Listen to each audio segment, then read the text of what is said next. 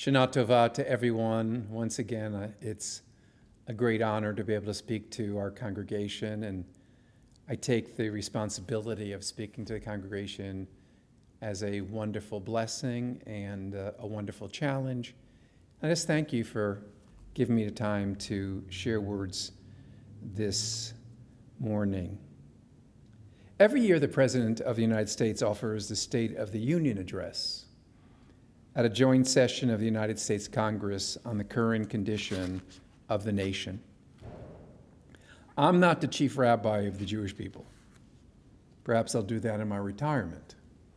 Yet I want to offer to you my take on the state of the Jewish people as I see it in the year 5784. There are 8 billion people in the world. The world's Jewish population stands at about 15.3 million. That means that we have 0.01901702873987444% of the world population.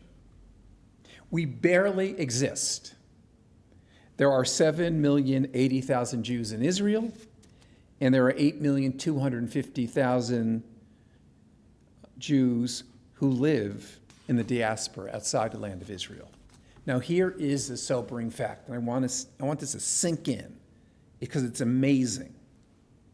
Even today, our numbers still fall short of the estimated 16.5 million Jews alive in 1939. Numerically, the Jewish people have not recovered from the Holocaust. Just think about that. What is the reality of the state of Israel? On the surface, it could not be better. It continues to absorb Jews from all over the world. It is a safe haven. It has a powerful Jewish army. Any Jew who needs a refuge is automatically an Israeli citizen. The Abraham Accords have led to normalized relationships with Morocco, the United Arab Emirates, Bahrain, and Sudan. The Economist magazine ranked Israel as the 4th most successful economy among developed countries. All amazing accomplishments. And yet, if my State of the Jewish People report is to be forthright, Israel faces an existential threat. Its civil society is in collapse. Tens of thousands of people consistently protest in the streets every Saturday night. The streets are filled with anger. Young Israelis are leaving Israel. Netanyahu's government includes convicted terrorists and criminals and extremists and is on a conscious mission to dismantle the judiciary's authority through legislation that gives the government control over all judicial appointments and dismissals, and will allow the Knesset to override the decisions of the Supreme Court. In protest, dedicated Israeli reservists don't want to do reserve duty in protest. This government wants to give the ultra-Orthodox a free ride to pay their people to study as the rest of Israelis pay the bill and frees them from military obligation. This government wants to accomplish a de facto annexation of the West Bank. I'm a card-carrying Zionist.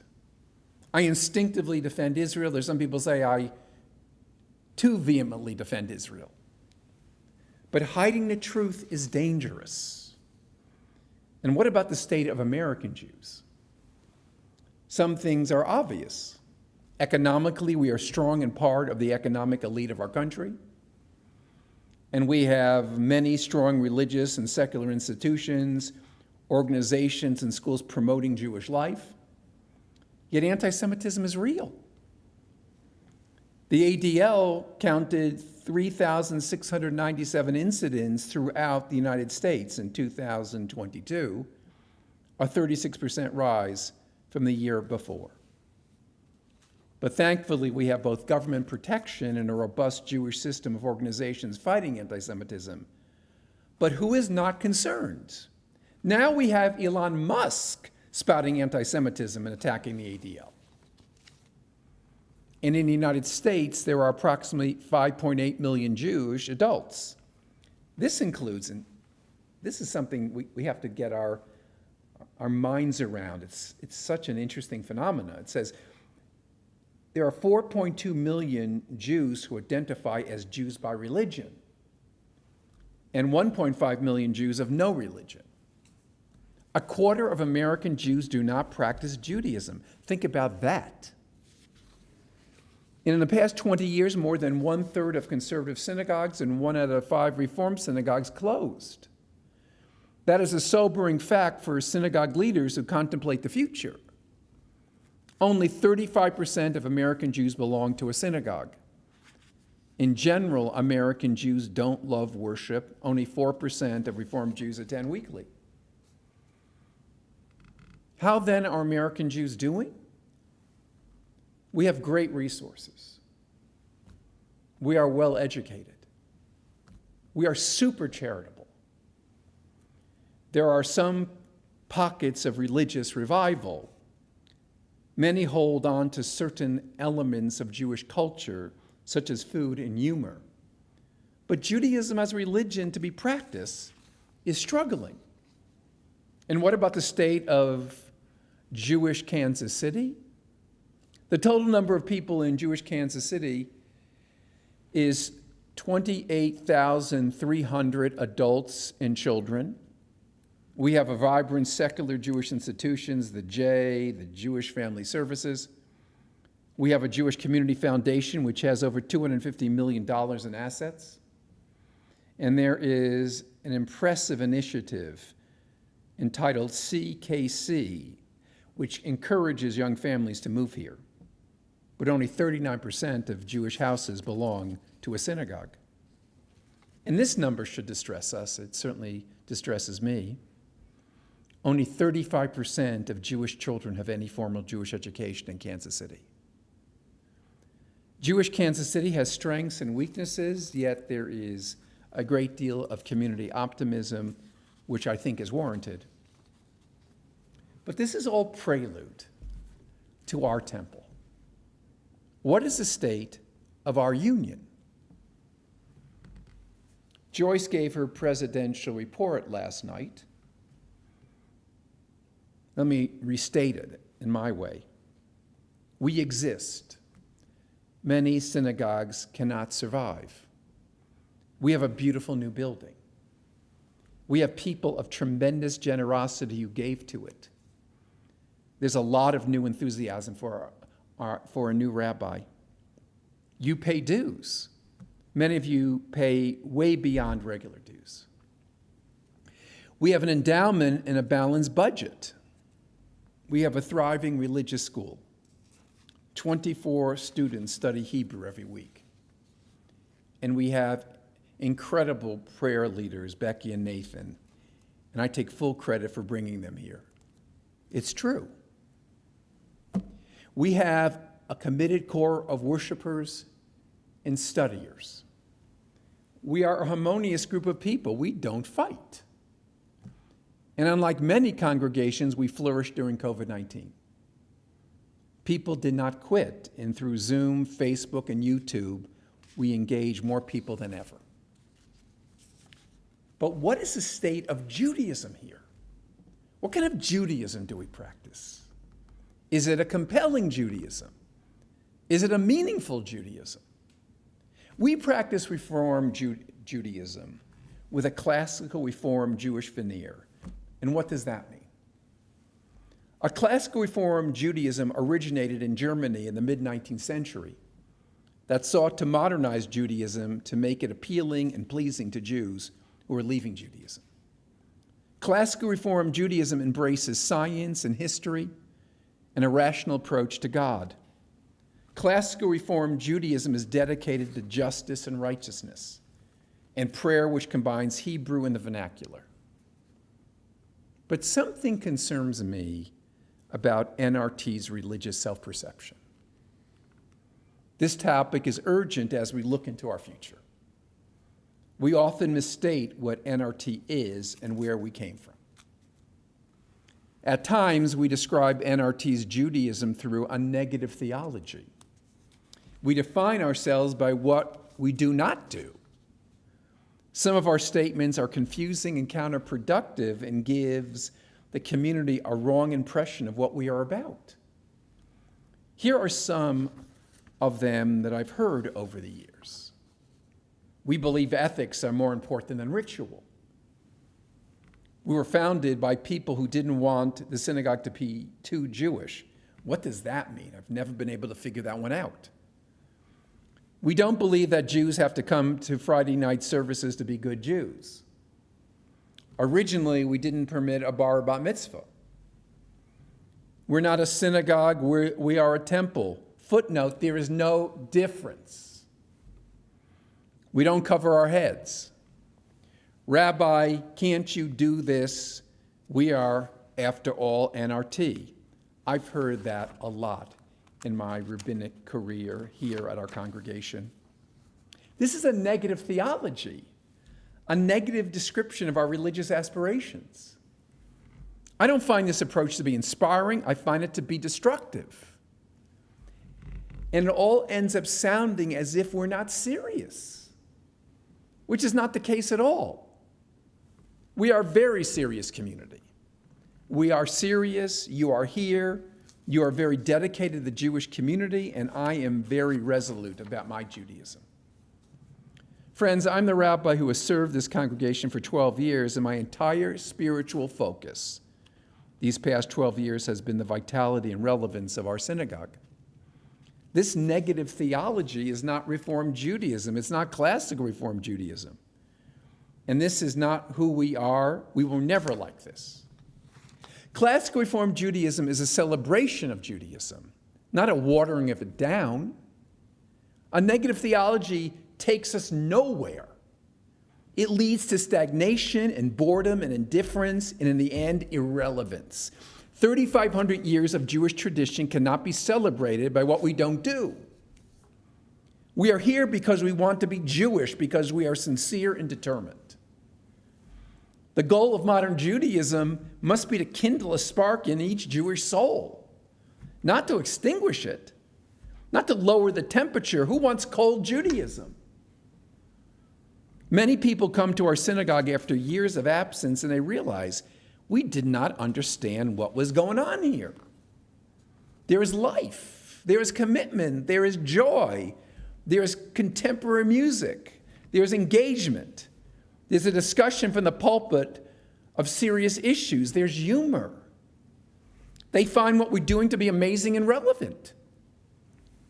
And so many people from other congregations who worship with us say to me, we want to steal Becky and Nathan for our own synagogue over my dead body. I said that loudly enough, but it's true.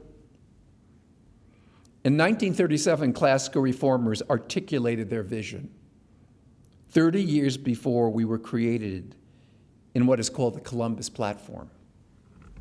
And this is what it says about religious life. It calls for faithful participation in the life of the Jewish community as it finds expression in home, synagogue, and school. The home has been and must continue to be a stronghold of Jewish life, hallowed by the spirit of love and reverence, by moral discipline and religious observance.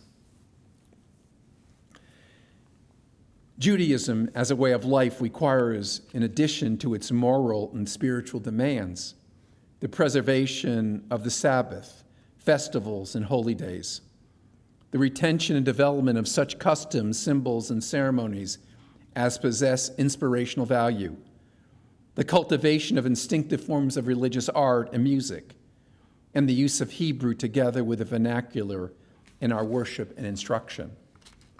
This 1937 classical reform statement is not anti-tradition. There's no negation in this statement. This is a thoughtful Judaism, an accepting Judaism, an achievable Judaism. This is who we are, some of us more, some of us less, yet this is the core. Friends, the people who founded this synagogue were incredible people who loved Judaism. What kind of Judaism did they seek? Listen carefully. They believed in freedom, autonomy, Jewish simplicity, a Judaism without pretense. At the New Reformed Temple, no coercion, no judgment, no religious self-righteousness. No preaching to them about the kind of Jews they should be. They wanted this place to be truly a tent of inclusivity and acceptance. They never advocated it was a synagogue where services didn't matter or ritual didn't matter. It was, don't force me to do what I don't want to do. You know what kind of Judaism that is called? Honest Judaism. I like that, and you like that as well. We are proud of the Holocaust Torah that's in the Ark. We read from it this morning. Paul Oman Jr., our first president, an important national leader of Reform Judaism, got it for us. I'm not sure how he did it, but it was at the founding of our congregation. And at our dedication of our synagogue, he wrote, and let me share it with you. With every great civilizing force, there follows a reverence, a remembrance of things past. Antiques, relics, heirlooms are treasured and passed from generation to generation, valued far beyond their intrinsic worth. In them, we realize that we are but guardians for what others have made and loved. Within this framework and writing for the congregation, I accept this historic scroll, which came from Moravsky, Ostrava, Czechoslovakia. Torn by a merciless invader in 1939 from its accustomed place in the temple, its very survival has an element of mystery about it. The Germans destroyed everything else. Why not this little piece of wood and paper?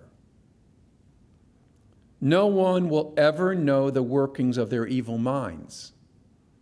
All we do know is that a number of scrolls survived the Holocaust, were cataloged and refurbished by the Westminster Synagogue of London.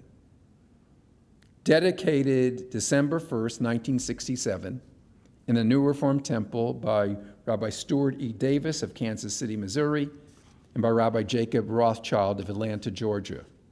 This scroll, this Torah, can give to the congregation an element of history, a feeling of continuity with Jewish life and religion, a revival of hope that not all human effort can be destroyed.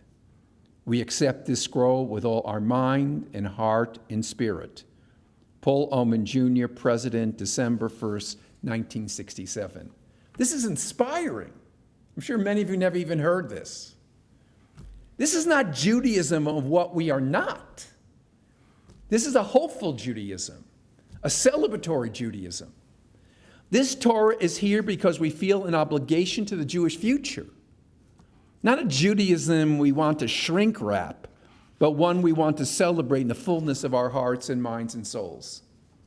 Classical Reform Judaism is not against Jewish practice. It allows the individual to decide. We seek a Judaism rooted in personal freedom. Our motto is, teach me about Judaism and trust me to make my own decisions. Here is my articulation of what we stand for as a synagogue. We affirm that being a Jew is a great gift, and Jewish tradition is a wonderful guide to a meaningful life. We encourage Jews to explore the totality of Judaism. There is no one way to be a Jew, and every Jew must find their own path without judgment. We affirm the value of lifelong learning because Jewish knowledge is a key to Jewish living. We affirm that synagogues are central to Jewish life and are committed to supporting them. We affirm that prophetic Judaism, a commitment to ethical living and ethical society, is the foundation of Judaism, but we understand people also seek meaningful ritual. We want a dignified, beautiful, contemporary spiritual worship which is focused on the needs of American English-speaking Jews. We welcome all Jews without concern for labels. We affirm the specialness of our Jewish heritage and yet honor those of other faiths who have their own authentic path to religious fulfillment. We believe that we are connected to Jews throughout the world, and we support Israel as a Jewish democratic state. This is what I think classical Reform Judaism means at the New Reformed Temple in 5784. We are such a positive congregation. I know you to be a group of decent, caring people. I have so much respect for all of you as individuals, as Jews, as members, and as friends. This is such a great synagogue. I think that a positive Judaism is what people are seeking and is consistent with our roots. One that is serious but not oppressive, accessible but not watered down, joyful but not silly, classical but not stiff, challenging but not unreasonable. What is the state of the Jewish people? Some things are promising and some things are challenging. But at 7100 Main Street, I think that we are on the right path. We are a haven for an exciting progressive Judaism deeply rooted in the founding principles of Reform Judaism.